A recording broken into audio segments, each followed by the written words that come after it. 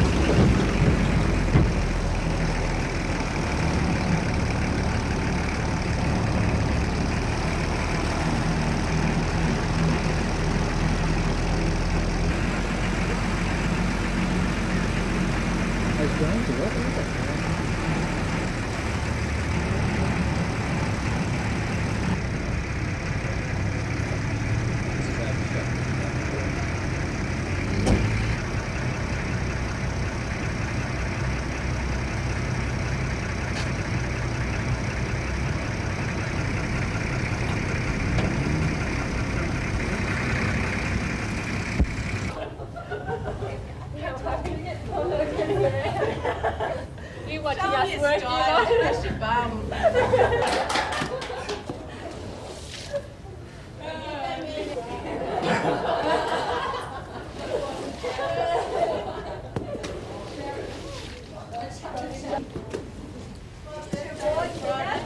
This is your reward. This is your life. This is your life, yeah.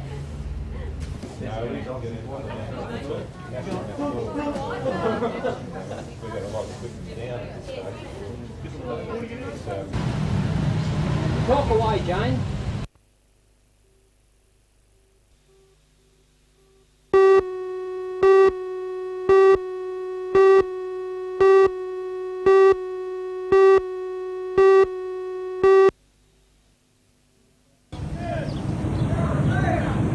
The effects of the freakish downpour were instantaneous and devastating. Storm drains overflowed, turning streets into streams. In Mayfield West, car owners abandoned their vehicles as the water level rose literally before their eyes.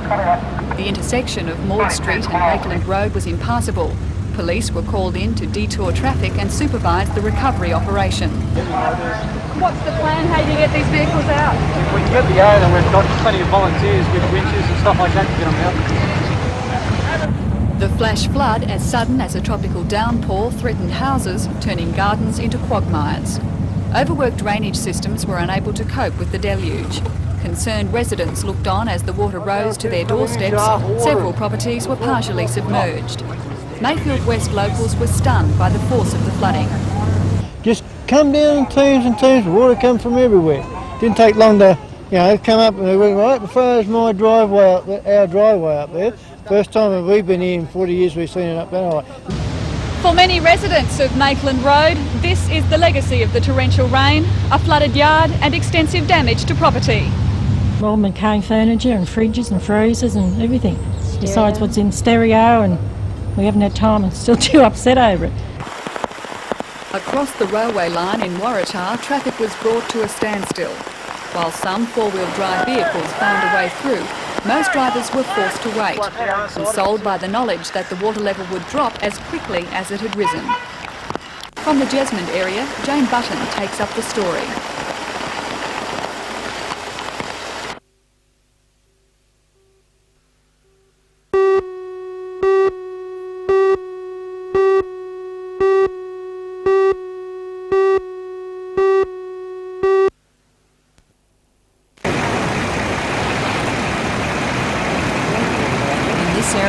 Similar scenes. Stormwater drains in Jesmond carried a torrent of water and a mass of debris. Motorists were forced to leave their cars abandoned where they stood. Residents found themselves confronted by water lapping at their door, and some spoke of an alarming wall of water that appeared ready to flood them out completely. Businesses also bore the brunt of the flash flood. In Blue Gum Road, a number of banks were forced to close their doors as the water flooded their premises, causing electrical problems for many. Afterwards, it was out with brooms for a rather soggy clean-up. And they were not alone.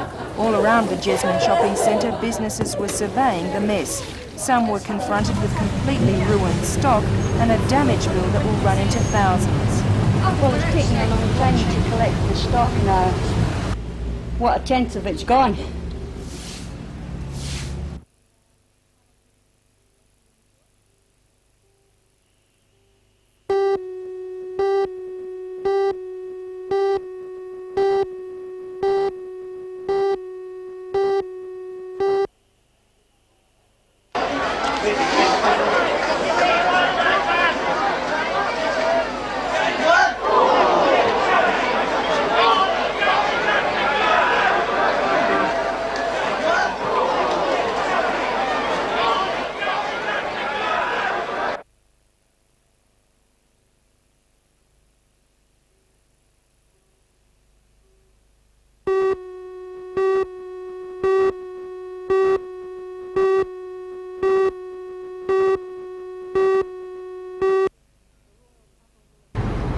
The royal couple will arrive at Throsby Wharf on Saturday morning at 10:30. The Queen and the Duke of Edinburgh will travel by royal barge to Queen's Wharf, arriving there at 11:30 to be greeted by the Premier and the Lord Mayor. The Army will fire a 21-gun salute, and the royal couple will travel by motorcade to Customs House, where the Queen will officially open Newcastle's bicentennial harbour foreshore project. Later, the Queen and the Duke of Edinburgh will attend a civic reception and lunch at the Town Hall. At 2:05, the Queen will leave to open the Regional Museum. The royal couple depart half an hour later to fly out of Williamtown Air Base. As can be expected during the visit, Involved in the day's security will be operations. tight. We have approximately 250 uniformed police that will be performing barrier and crowd control duty, with a further 30 odd on traffic points along the route, and then there are other security police that will be doing other specific jobs on that day as well, including the water police and our emergency teams, etc. Police will be coming from as far away as Sydney. Up to 60,000 people are expected to line Newcastle streets. The royal couple are only appearing in Sydney and Newcastle in New South Wales. That's excluding Albury, which is too far away from people up this way. And I think, bearing in mind that the Queen has had a birthday since she's been out here, and we all would be aware that she's getting on a bit in years, this is probably the last time a lot of people will see her, or probably the last time she may be in Newcastle. And together with the fact that the Britannia will be bringing into the harbour, and the First Fleet reenactment is also in the harbour for the weekend, I think we might be surprised as what sort of a crowd we do get. Police are warning motorists many roads will be closed during the royal visit, and say cars must be removed from the motorcade route by 8 a.m. on Saturday. The motorcade will travel in Newcastle City, along Wharf Road, the Esplanade, Ocean and Pacific Streets, King and Parry Streets as far as Wood Street. Any vehicles that are left there overnight, we have no alternative, if they're not removed by 8 a.m, to tow them away, and unfortunately the owners will have to pay the towing fee before the vehicle is released to them. We have to do this for security reasons, because if the vehicle is secured and locked, we have no way of being able to examine it inside and determine whether perhaps there could be explosives or some other device. And these days this sort of thing is happening, unfortunately, so we can't take that risk. If it rains, the Queen is expected to travel by car to the Civic Theatre for an indoor ceremony to open the Harbour Foreshore project, and to open the museum at a private indoor ceremony.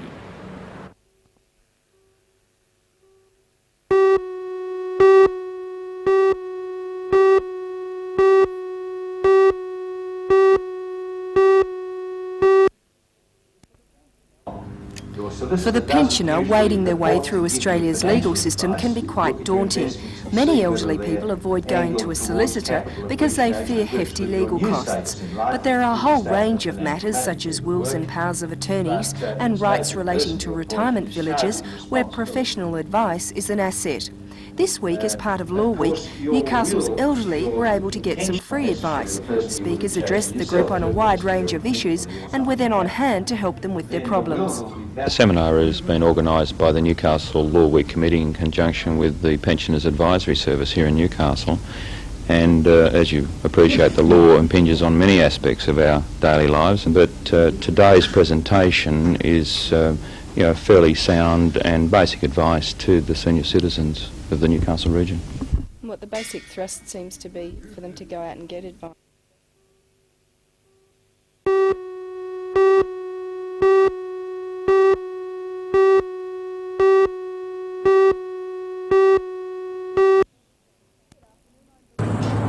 Good afternoon, I'm Belinda Borissow. Tonight in the news we'll bring you a report on a Road Safety Education Day held for children at Minmi. Despite taking part in the project, Coal and Allied says its coal trucks don't endanger the children. For all the news, join us tonight at 6.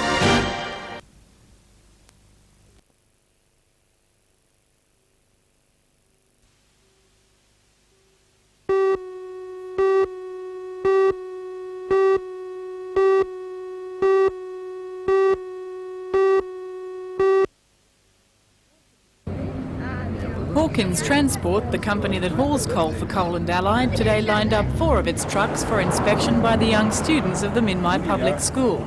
The inspection of the trucks followed an educational bus tour of the cold chain route from Stockrington to the port of Newcastle. School principal Ron Stockwell says today's activities will help teach the children about road safety. Coal trucks weighing up to 40 tonnes pass by the school every 6 minutes. However, he says danger often results from car drivers who don't know school crossing rules. During the mornings, the time that worries me, I've seen the children coming across, they come across in 1s and 2s, and some motorists, to say the least, horribly impatient. But in the afternoons we go out, and the rules say they must stop if the flags are out. Well, I've actually been out with the children, and motorists have almost made an attempt to run over me when I've moved out a little bit. The close shaves happen regularly. Today's safety awareness program involved the school, Coal and Allied, the police and Hawkins Transport. It's basically a road educational day to make the children aware that a coal truck is not a BMX bike. It can't stop on a sixpence. The truck drivers will give the children every consideration at the crossing, but that the children must be aware that they shouldn't run out in front of the coal trucks.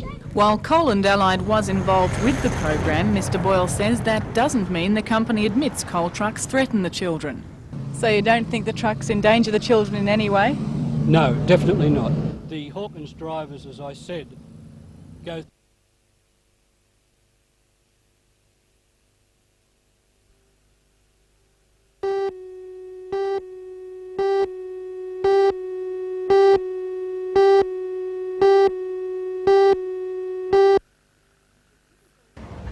He's a typical Aussie bushman with a passion for flying, leaving his wife and 11-year-old son to look after their property at Murrurundi. Peter Norval today set off to become the first Australian to fly solo around the world in a fixed-wing aircraft. I've secretly had it in mind for about 8 to 9 years. And really, I think if anyone else had jumped in ahead of me and done it, I'd have been very disappointed. Peter already has set 3 Australian flying records in this plane. He wants to dedicate his latest adventure to his hero, Charles Kingsford Smith. With a special fuel tank installed in his single-engine Cessna, 37-year-old Peter plans to fly for up to 20 hours a day, returning on the 9th of June. His route takes him through Asia to Europe, across the Atlantic to Canada, and then home via California. Peter, how's it feel to be finally on your way? Beautiful, especially when the weather's good.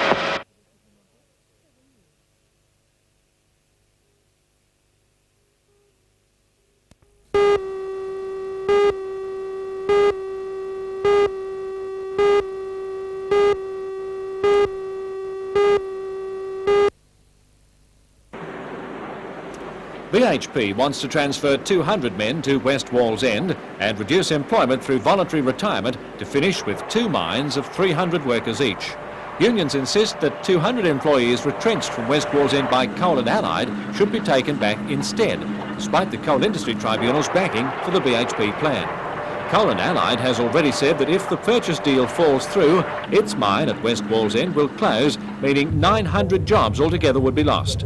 But the union officials are unmoved. Secretary of the Liaison Committee, Brian Fisk, said late today that the seniority principle will not be compromised. The union's policy of the award condition, in actual fact, of the retention and the cable-out miners and the ability to return to the industry will remain as such and has been for 60-odd years. But that right is there. People that are cable-out come back in the list of seniority. You know, we intend to, that is the stand of the unions and the Northern Liaison Committee generally. And I feel that that will be supported by mine workers within the Northern District. it has been considered. A BHP spokesman said later that his company's position hasn't changed and it's waiting for a formal response from the unions by midday Friday.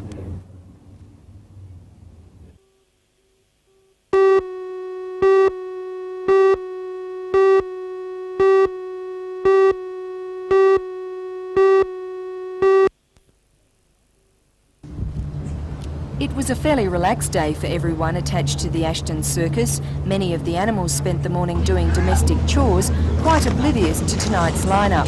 For the Ashton children, there was time for a break from schoolwork as they went through some trampoline routines. Doug Ashton has 9 grandchildren and 7 great-grandchildren, and everyone who's old enough works in the ring. They do a range of performances, from trapeze acts to traditional circus riding. It's the children who ensure that the circus tradition lives on. Missy, Agro and Kimber will also ensure that audiences have the same top quality shows to watch, but it appears that Agro fancies himself doing dental trapeze work. Abu was also keen to ensure that her image is cleaned up, and despite her reputation as a killer elephant who's already claimed 3 victims, was as gentle as a baby. Tonight, the circus will begin its bicentennial program, and according to Lorraine Ashton, an interesting lineup has been organised. Well, it's a bicentenary project, and we've done, well, the circus is especially written. We present our circus past, present and future. That means there's 3 acts in the past, dressed in old-fashioned costumes. The majority of the program is in our modern day, and then there's a glimpse of the future. And it's specially written, as I said, and it sort of parallels Australia's history with our history. And Ashton Circus has paralleled Australia's history. As Australia has succeeded, we've succeeded, and we're looking forward to the future as Australia looks forward to the future. But we're also very proud of our past as well. So basically, if parents bring children along here, they can get a bit of an idea.